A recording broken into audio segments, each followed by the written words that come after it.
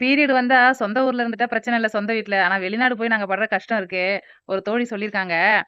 சொல்றேன்னு கோச்சுக்காதீங்க. சொந்த ஊர்ல இருக்கும்போது சரி பரவால்ல.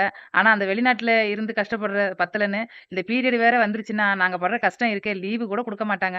அந்த வலியோட தான் வேல பார்க்குறோம். செத்துட்டு போயிடலாமான்னு தோணும். கஷ்டம் தான். கணவன் விட்டுட்டு போன பெண்கள், அம்மா, அப்பா கடன் வாங்கி வச்சிருக்காங்க. வீட்டு கடன், ஹஸ்பண்ட் இறந்து போயிட்டா பிள்ளைய வளர்க்கணும். இப்படி பெண்கள் வந்து பல சூழல்களுக்காக வெளிநாட்ல படிச்சு போறவங்க படிச்சுப்பாங்க. படிக்காத போறவங்க வீட்டு வேல தான். அப்போ அந்த பீரியட் அவங்களுக்கு வந்தா வலிக்கும். ஆனா நமக்கு லீவ் தரமாட்டாங்க. அத நான் அனுபவிச்சிருக்கேன். நானும் வீட்டு வேலைக்கு போயிருக்கேன். அந்த பீரியட் டைம்ல வந்து இத தொடாத, அத தொடாதம்பாங்க. ஆனா வேல மட்டும் செய்றேன்னு சொல்லுவாங்க. ஏன்னா அவங்களுக்கு பீரியட் வரும்போது தங்கமா வருமாம். அந்த வீட்டு வேலை செய்ற பெண்களுக்குலாம் வந்து ரத்தமா வருமாம். அதனால தீட்டுன்னு சொல்லுவாங்க. இருந்தாலும் நீங்க சொல்லும்பொழுது ரொம்ப மனசு வலிக்குது. கஷ்டமாவும் இருக்கு. பெண்ணோட வலிய பெண்ணே புரிஞ்சுக்காத போது, ஆனா ஆண்களால கூட பெண்களுக்கு மனதளவுல கஷ்டங்கள் வராது. ஆனா பெண்களால பெண்களுக்கு நெறைய கஷ்டங்கள் வரும். வெளிநாட்ல போய் கஷ்டப்படுறீங்கன்னா, கண்டிப்பா கடனுக்காகவோ, பிள்ளைகளுக்காகவோ, இல்ல ஏதோ ஒரு சூழல்ல கஷ்டப்படுறீங்க. அந்த உண்மையிலே பெண்கள் வந்து பிறந்ததுலேருந்து மண்ணுக்கு போற வரைக்குமே கஷ்டம் தான். ரெஸ்ட் கிடையாது. அடிமை வாழ்க்கை. பெண்களுக்கு இது எல்லாமே இருக்கு வாழ்க்கையில.